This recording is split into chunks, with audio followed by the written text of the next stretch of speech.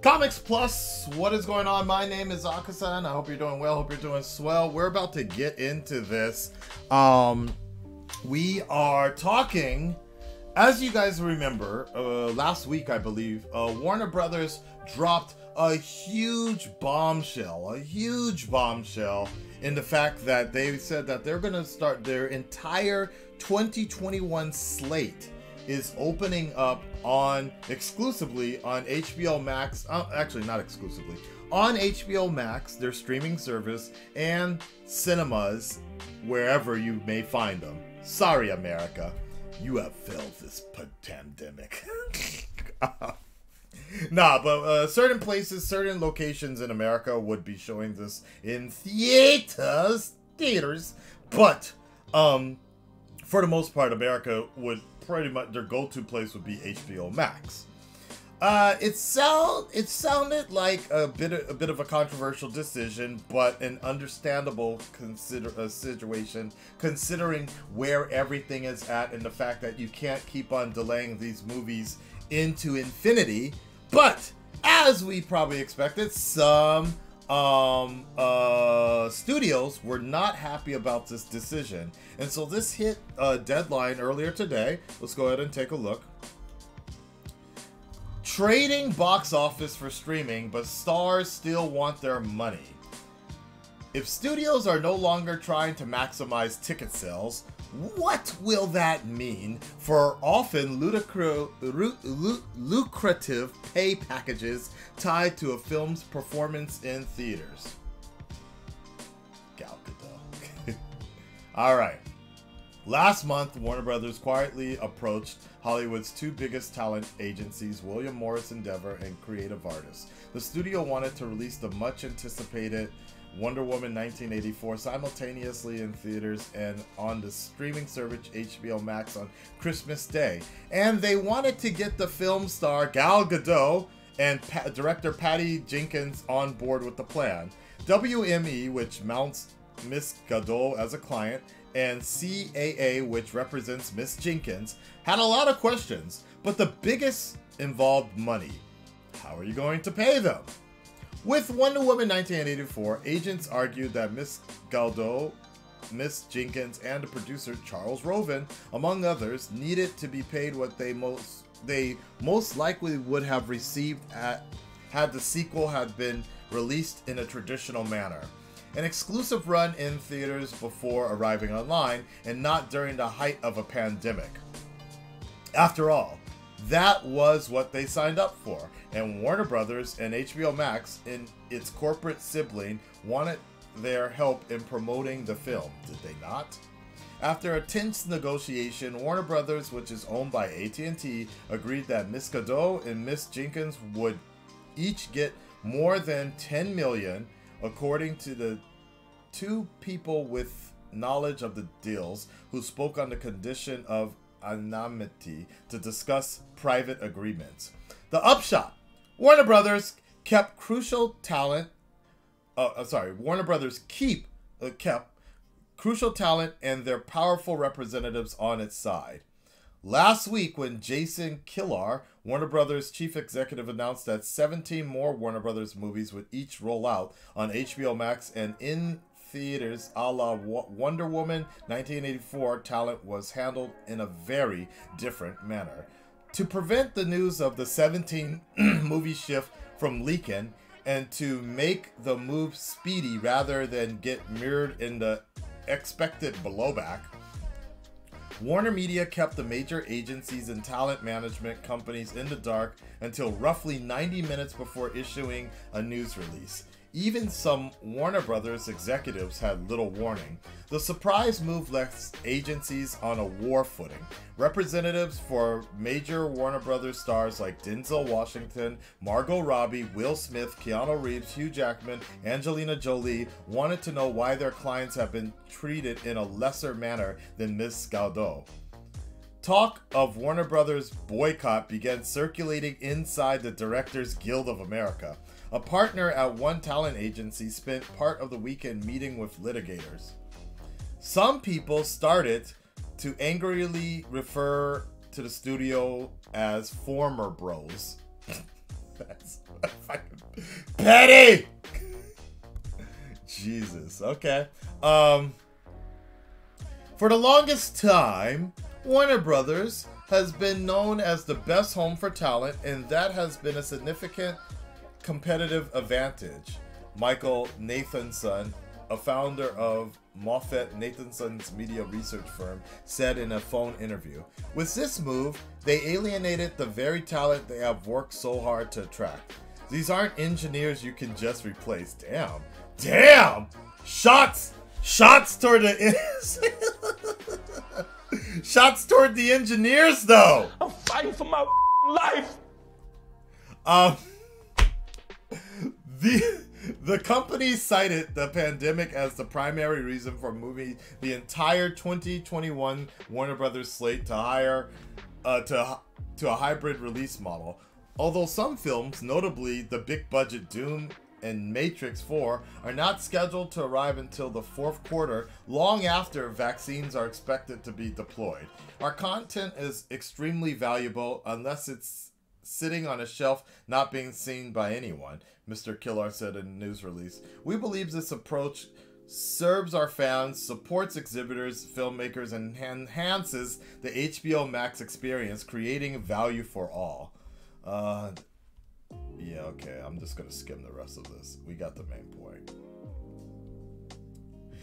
It's not that all actors and directors are against streaming. Plenty of big names are making moves for Netflix. But last week's move by Warner Brothers raised fundamental financial questions. If old line studios are no longer trying to maximize the box office for each film, but instead shifting to a hybrid model where success is judged partly by ticket sales and partly by the numbers of streaming subscriptions sold, what does that mean for talent pay packages? This is a very good point. Oh shit, oops, the wrong one.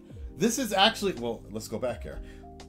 This is actually a very good point, because this is something that that was brought up when Apple streaming and I'm not even sorry, digital music, I'm assuming iTunes. When iTunes first came around, it was like, well, how does that like factor how much an artist is going to be making? Because the old line style of a CD, I will never forget, like TLC. If you guys don't know who they are, look them up. Left Eye, T-Boz, and Chili. All right, T-Boz, Left Eye, Chili. Anyways, I remember when they broke it down, they were like, yo, for each CD, they make like 20, every CD that's sold at around $12, which was a lot back then, they make like 20 cents each. That's it. So, all right. So this is a very, very reasonable question to ask.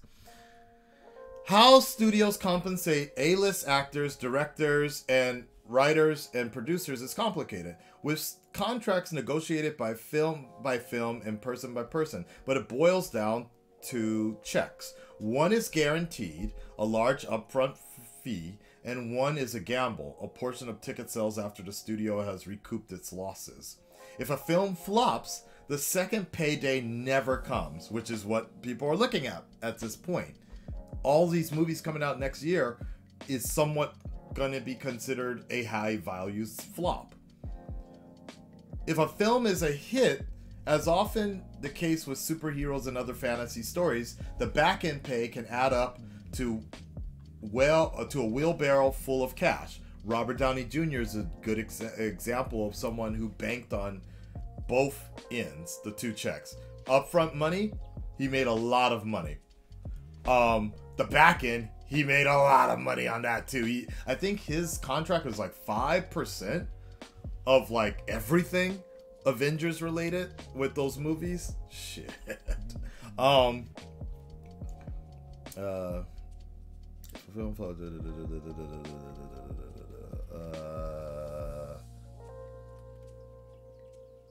That money trickles down through Hollywood's financial ecosystem to agents, lawyers, managers, funding Pacific Palisades mansions, the latest Porsche, and the 1,000 per person Urasawa dinners. Okay. But are the days of the jackpot, back ends, payoffs now coming to a close?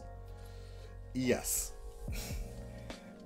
Precedence is being set over the value of talent and what kind of transparency is essential to creating equitable partnerships, Brian Lord, a co-chairman of Creative Artists, said in an email. We will do everything necessary to make sure artists are fairly compensated for the value they are creating and that their creative artistic work and rights are protected. William Morris Endeavor declined to comment for this comment, blah, blah, blah, for this article.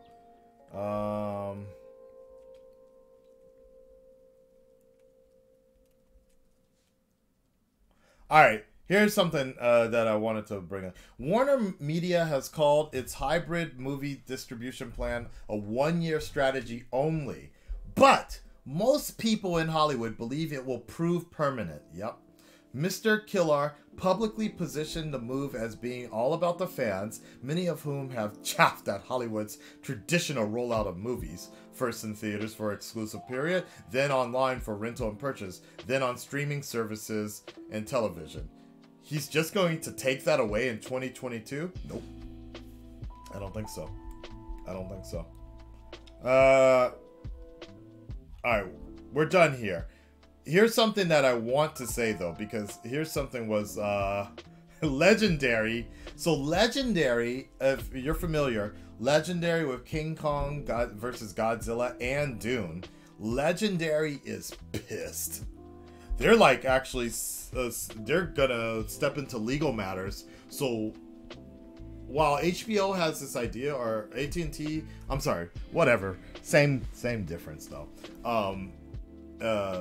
AT&T, Warner Brothers has this idea of putting Godzilla on streaming. That may not happen, actually. So here we go. Warner's aggrieved partners include Legendary Entertainment, two people with the knowledge of the matter said, owned by China's Dalan Wanda Group. Legendary produced the upcoming Dune and Godzilla vs. Kong under a new deal that required Legendary and its affiliates to ultimately shoulder 75% of the production costs, with Warner Brothers paying for the balance. Dennis Dune, in a science fiction epic, starred Timothy cost an estimated $165 million. Godzilla vs. Kong cost about $155 million. Oh, that's not bad though. But you know, as beautiful as those movies look, that's pretty damn good. Not only did Warner Brothers blindside Legendary about the distribution shakeup, but HBO Max immediately began advertising itself using footage from Dune and other movies. Stars involved with the much-anticipated project were stunned. Some had agreed to lower their upfront fee to reduce production costs in return for expected back-end paydays. In success, Dune could spawn multiple sequels. Legendary was already upset with Warner. In recent months, Netflix had offered the partners a huge sum, at least $250 million, to buy Godzilla vs. Kong. Legendary was in favor of the deal, which seemed... Wait a second then! Legendary was... Hold on a second. Legendary was already in favor of a deal for streaming, so they can't really get that mad for Warner Brothers to, or AT&T to decide to put that on HBO Max. I mean,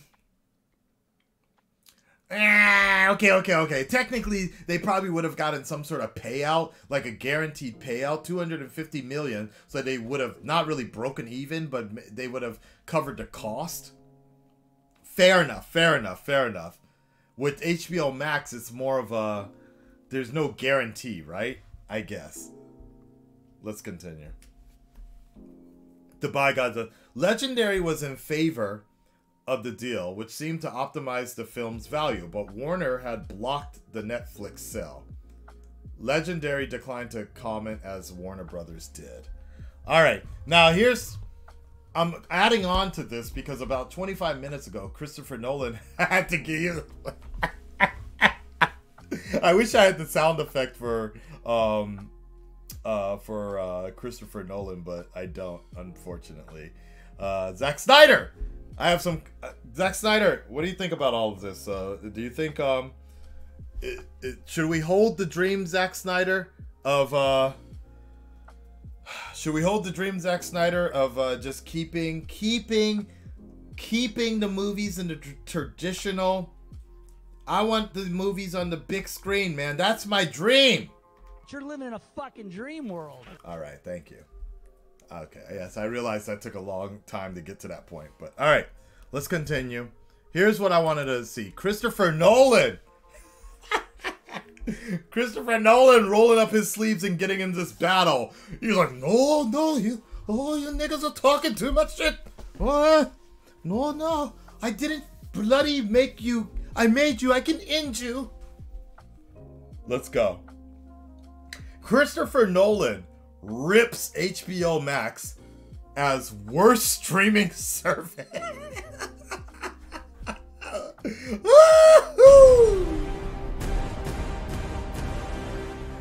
This dude straight up clowning. He said, worst streaming service ever.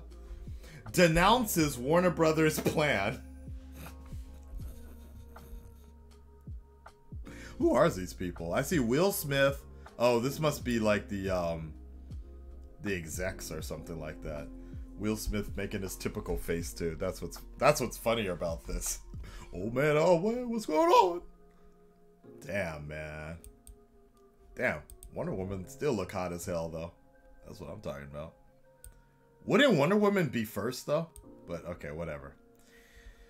To many insiders, Warner Brothers' blindsiding of talent and their reps with news that it would send 17 films directly to HBO Max felt like an insult. Oh shit, look at him. Look at him. Look at him. For many in the movie business, producers, directors, stars, and their representatives, December 3rd, 2020 is the day that will live in infamy. Come on, man! Niggas, this ain't the fucking war. This isn't D-Day. Come on now. This ain't even Dunkirk. Dunkirk? I don't know. We don't study it. Alright. Some of our industry's biggest filmmakers, and most important movie stars went to bed the night before thinking that they were working for the...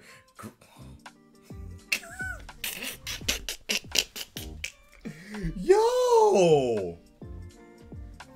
Hold on. Yo, Christopher Nolan legit said this? Hold on. Some of our industry's biggest filmmakers and most important movie stars went to bed the night before thinking they were working for the greatest movie studio and woke up to find out that they were working for the worst streaming service.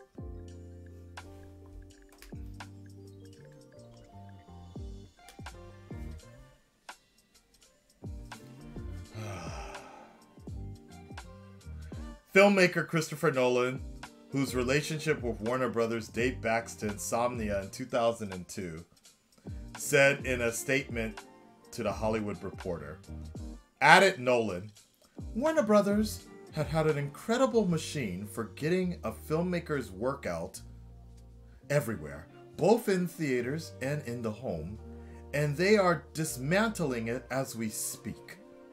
They don't even understand what they're losing.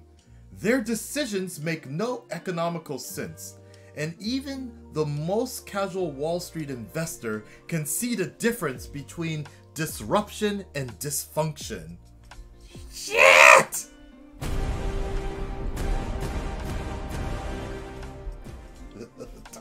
Dark Ash Star. Wow.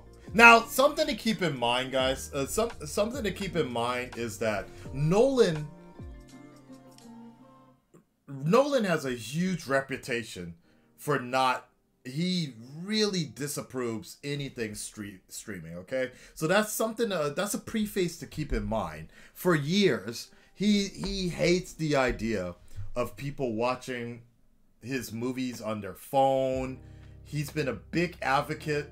He's invested in Kodak for the Kodak, the actual film and the silver strips that are put into film. And I've always respected that about him, but I've also understood that he doesn't speak for the media in general. So he's a real old school guy, and luckily his films are popular enough that he has the curve and the swerve at the time, pre-pandemic, that he could demand that films be shown in special IMAX rooms and things like that. So just something to keep in mind.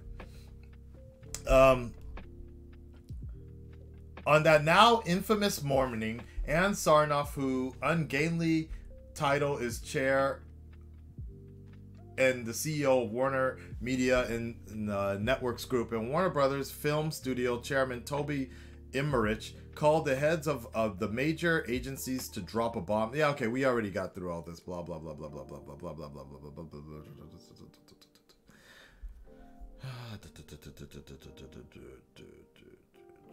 Okay. Instant response in Hollywood was outrage and massive girdering for battle. Okay. Warner's has made a grave mistake, says one top talent agent. Never have these many people been this upset with one entity. Like others, he had spent much of the day dealing with calls from stunned and angry clients. And that swooshing sound you hear is the lawyers stropping their blades as they prepared for battle. That Warner's was self-dealing in shifting these movies to its own streamer, perhaps, or that the company acted in bad faith. Some talent reps say the decision affects not only profit participants, but others who have worked on films, as the move might affect residual payments. They expect and hope that the guilds will get involved. Writers Guild of America declined to comment. Oh boy. Oh boy. Warner's move poses big, maybe even existential questions. How do theaters survive this supposedly one-time, excused by the pandemic move? Genies are hard to put back in the bottle, and no one believes Warner intended this to be temporary anyways. What damage will be done to exhibitors by training customers that if they sit on their sofas, the biggest movies will come? And will Warner's face serious backlash from important producers, filmmakers, guilds, and on-screen talent? Warner's was quintessentially talent-friendly, filmmaking-friendly studios, says one agent. Now Warner's isn't the first place, second place, or the third place you want to go. Many in Hollywood think that Warner Media opted for this drastic move to play to streaming infatuated Wall Street and redo the botched launch of HBO Max, which has netted a dismal 8.6 million activated subscribers so far. But they got the Snyder Cut, man! They got the Snyder Cut! Had to do that. Alright. What the fuck else are you doing, you asshole? Alright. One prominent agent notes that the top executives at Warner Media and its parent AT&T CEO John Stankey, Warner Media, Jason, blah, blah, blah, blah, blah, blah, blah, don't understand the movie business and they don't understand talent relations. Okay.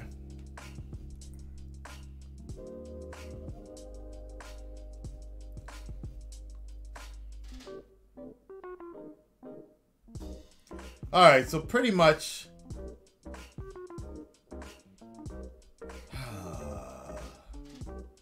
so basically they're saying blah blah blah, we feel bad, or feel bad for talent agencies and artists because they're not getting a big paycheck, you know? I mean,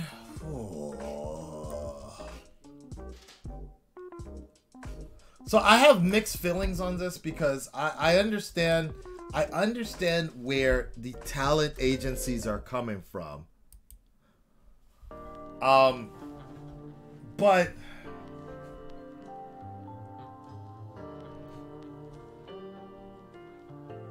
I mean, I get it. I get it.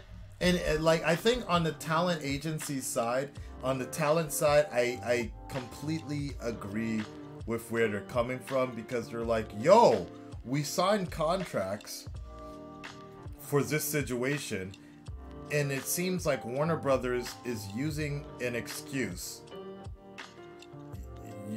Warner Brothers is using this streaming service excuse, I mean this pandemic, as an excuse to help with their, not necessarily failing, but not really successful HBO Max, which I get. But you know, there's one, and you know, in regards to HBO Max, there's something that I think really, I think somebody pointed out a while ago, and I never forgot. Movies don't make a streaming service popular. Movies don't make a streaming service popular. Series do. For example, I just got finished watching The Queen's Gambit last night. That might be my favorite show this year. That might be my favorite. It's 8 episodes. It's a series, and it sticks with you for like 2 weeks, depending on how you watch a show. It took me about a week and a half to finish it, and it's, you know, it just was part of my life. But a movie doesn't really make a streaming service. It's not really make or break for people to sign up. But The Mandalorian, people get Disney Plus because of The Mandalorian. They don't get it because of Mulan Plus. Mulan. Most people, right? So, I think that's something that HBO Max really needs to consider. Yes, you might get a few people signing up for the Snyder Cut, but those that really want to see it, they'll watch it, and then they'll probably bounce afterwards, because there won't be anything else for them to really check out. That's my thought. That's my thought and such. All right. But I also understand where Warner Brothers is at right now with this situation. It's like, yo, what are we gonna do? We can't keep on delaying these movies. And ultimately, at the same time, I think something to also keep in mind is the fact that HBO Max, as far as I know, is only available in North America.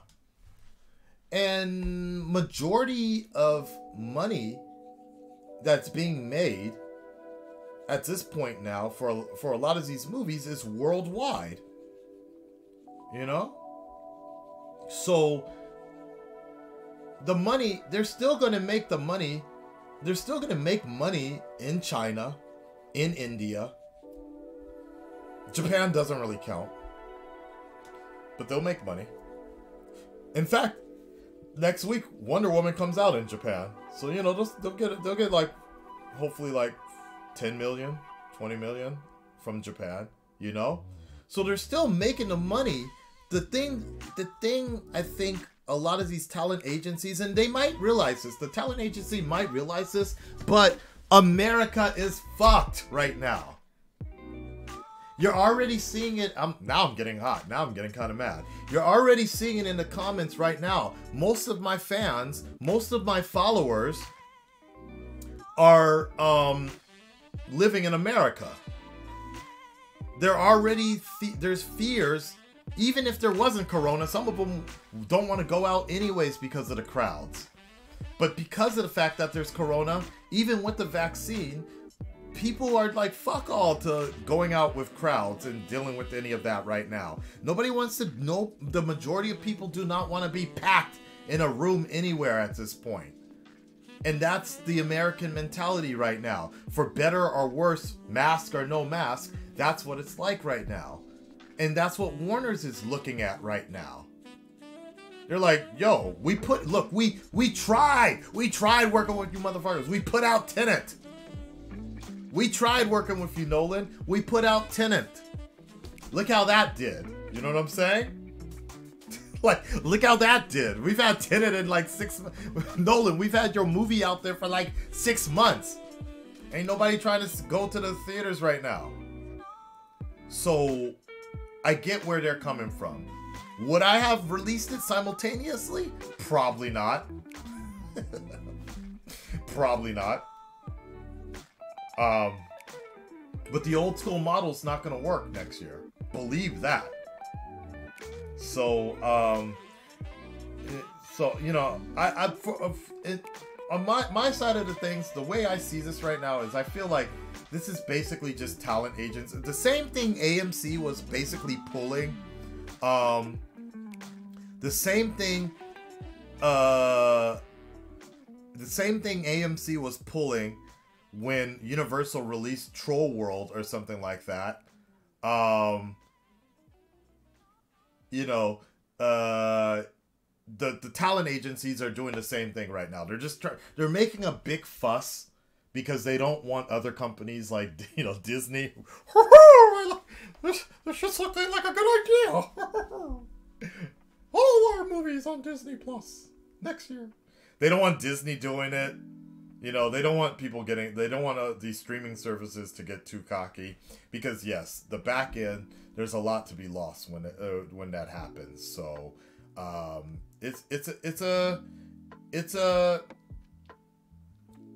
a complicated matter, but we live in complicated times right now. So, again, I don't think it's the best idea that Warner AT&T decided to do this, and it does look a little shady the way they did this.